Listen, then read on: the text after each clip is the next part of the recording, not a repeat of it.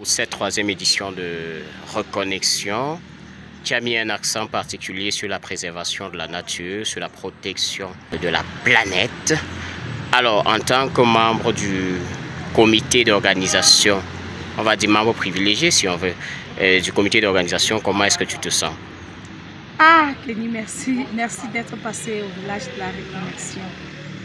Ouf, mais pas un ouf de soulagement, comme les ouf de soulagement pour des craintes, mais un ouf de soulagement pour le travail qui a été abattu. Un merveilleux travail. Et en tant que membre, comme tu le dis, de l'équipe d'organisation et particulièrement l'administratrice de ce grand festival international, je me sens bien. Je suis fatiguée, mais je me sens bien. Je me sens même très bien. Parce que les objectifs poursuivis par cette troisième édition, pour ma part, ont été atteints. Ils ont été atteints parce que nous avons couvert pratiquement toutes les activités qui étaient sur notre feuille de route. Les grandes personnalités que nous avions invitées, à l'instar de Fidjil, de Didier Tokolobos de MAF, de Dr Bingono Bingono, le sorcier qu'on ne présente plus, de André Takoussa, de Christian Etongo, l'un des performeurs les plus grands d'Afrique. Moi, ils sont venus à ce festival et pour ma part, je pense que nous pouvons être fiers. Cette équipe d'organisation peut être fière. Et la ville de Tchang devrait être fière d'abriter un festival de cette envergure. Ça peut paraître banal, mais le Festival international de Reconnexion, c'est vraiment un festival pour fédérer les cultures. C'est un festival pour se reconnecter, comme le dit si bien son nom.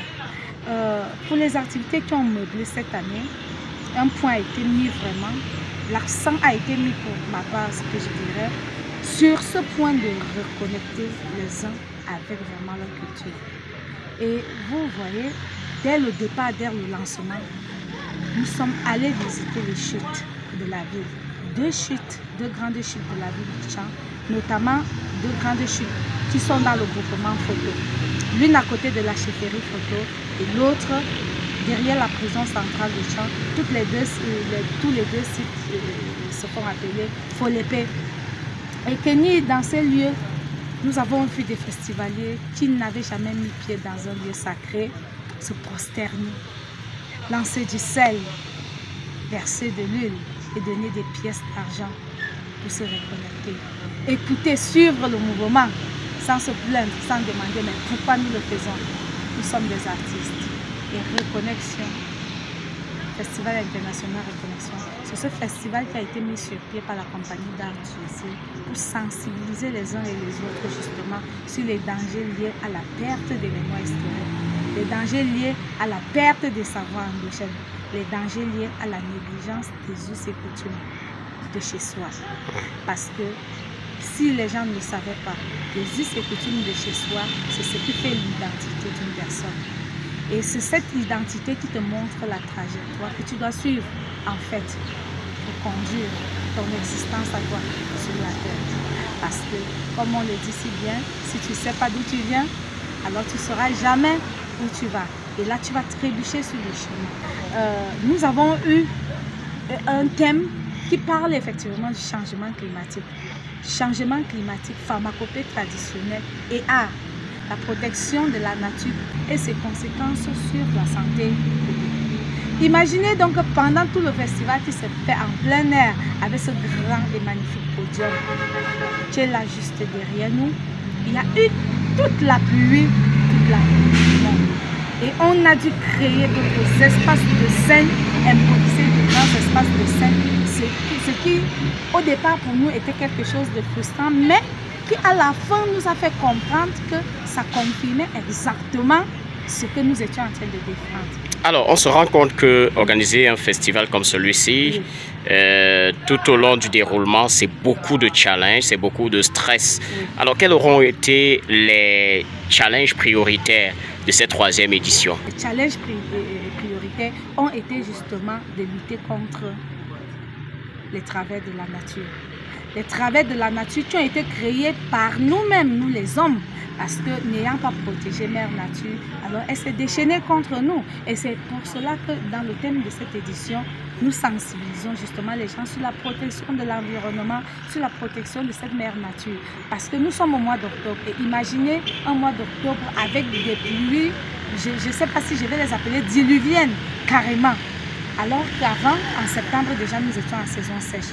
Donc pour nous, ces pluies sont venues confirmer que la nature, elle est vraiment en danger par rapport à ce que l'homme a fait, ou bien par rapport à tous les déboires que l'homme a causés sur cet environnement-là.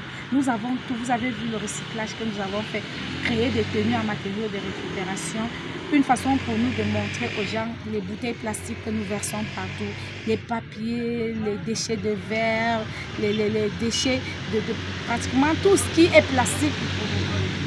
C'est ça qui contribue à la pollution et ce sont ces déchets-là qui font que le réchauffement climatique, il est là, il est présent et avec le réchauffement climatique, il y a changement complet, bouleversement carrément de toutes les saisons. Et voilà. Nous avons payé les frais ici, je dirais comme ça, parce que nous le défendions, nous exhortions les gens à pouvoir respecter cette mère nature en ne la détruisant plus. Et la pluie est venue la confirmer ce que nous disions, nous empêchant carrément de prester sur cette grande scène qui est là. Vous comprenez que si rien n'est fait, alors nous courons tous à la perte. Alors si rien n'est fait, nous courons tous à la perte. Il y a l'artistique. Et l'artistique forcément questionne, mais il y a aussi des spectateurs qui s'interrogent sur le fondamental, sur le côté, je vais dire, ésotérique même, n'est-ce pas, de l'art. Et beaucoup de personnes se sont interrogées sur beaucoup d'artefacts qui ont été utilisés. On a eu le sel, on a eu ces poules qu'on immole, qu'on égorge, on a eu tous ces éléments-là. Est-ce que c'est pas de la sorcellerie? Kenny, qu'est-ce que j'en sais? Peut-être c'est de la sorcellerie. Oui. Pour reprendre les propos du professeur Bengono, il a toujours dit la sorcellerie, c'est ce qu'on fait d'extraordinaire en bien ou en mal. Non, bah, là je pose la question. Je pose la question en me faisant un peu le porte-parole du tout venant, qui se dit bah la sorcellerie c'est forcément quelque chose d'ésotérique et de connexion avec les forces négatives. Ça c'est ce que dit le commun des mortels. Mais est-ce que la sorcellerie, elle n'est que négative? Pour ma part, non. Et je reviens sur les propos du professeur Bengono. La sorcellerie, c'est juste quelque chose qui sort de l'ordinaire. Parce que c'est sorti de l'ordinaire, du coup, d'autres ont compris. Pour eux, en fait, je voudrais qu'on ne philosophe pas, oui, mais qu'on essaie d'éclairer la lanterne du tout venant. C'est ce que je dis. Éclairer la lanterne signifierait de leur dire de manière concrète si toutes ces prestations, toutes ces performances-là, avec tous ces artefacts qu'on a pu citer, le jujube, l'arbre de la paix, la poule qu'on égorge, du sel qu'on jette, etc., ces sortes d'incantations, entre guillemets, un peu comme ce qu'on a vu avec Christian et Tongo, là-bas, aux chutes de Folépé, est-ce que ce n'est pas une manière d'invoquer les forces du mal? C'est en fait ça, la préoccupation de beaucoup de personnes que nous avons rencontrées. Non. Ce n'est pas une façon d'invoquer les forces du mal. Au contraire, ce sont des rituels. Ce sont des rituels justement plutôt pour chasser le mal. Ce sont des rituels pour se connecter aux ancêtres. Ce sont des rituels que nos parents ont fait avant et qui tendent à disparaître parce que la jeune génération ne connaît pas. La jeune génération est déconnectée. Et c'est pour cette raison que la jeune génération pense. Parce que pour eux, ils ne connaissent pas que c'est quelque chose de mauvais. Mais non, Kenny, on ne fait pas du mal avec le sel. Quand on lance le sel, c'est pour apaiser. On ne fait pas du mal avec du jujube. Quand on donne le jujube à un enfant, c'est pour le protéger. Et justement, tout ça en fait, ce rituel, c'est plutôt pour lutter contre les forces du mal. C'est plutôt le contraire. Et ça, nos parents, c'est de ça que vivaient nos parents, nos ancêtres. Parce que nous sommes dans la valorisation de l'ancêtre. Nous sommes dans la valorisation de la racine. Parce que c'est de la racine que tout part. Je venais de dire que si tu ne sais pas d'où tu viens, tu ne sauras pas où tu vas. Donc, pour ceux qui ne le connaissent pas, dans toutes les cultures du monde, il y a ce qu'on appelle la racine. Et toutes les grandes nations se sont développées à partir de leur savoir endogène. Ces rituels que nous faisons, ce sont nos savoirs endogènes. Maintenant, je vais revenir au côté artistique. Parce que le Festival international reconnaît qu'il est un festival artistique. Alors nous sommes des artistes. Il ne faudrait pas que les gens pensent que nous sommes des ritualistes. Non, nous sommes des artistes et pour nous, le but pour nous, c'est de sensibiliser à travers l'art. Alors ce que vous avez vu, c'était des prestations artistiques qui s'inspirent de nos savoirs endogènes. Alors, s'il y avait un message de fin envoyé aussi bien aux festivaliers qu'à tous ces artistes qui ont fait le déplacement, ce serait lequel?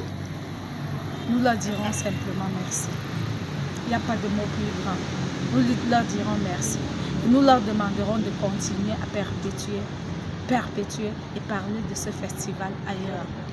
Parce que, pour ceux qui ne le savent pas, tout le monde doit se reconnecter.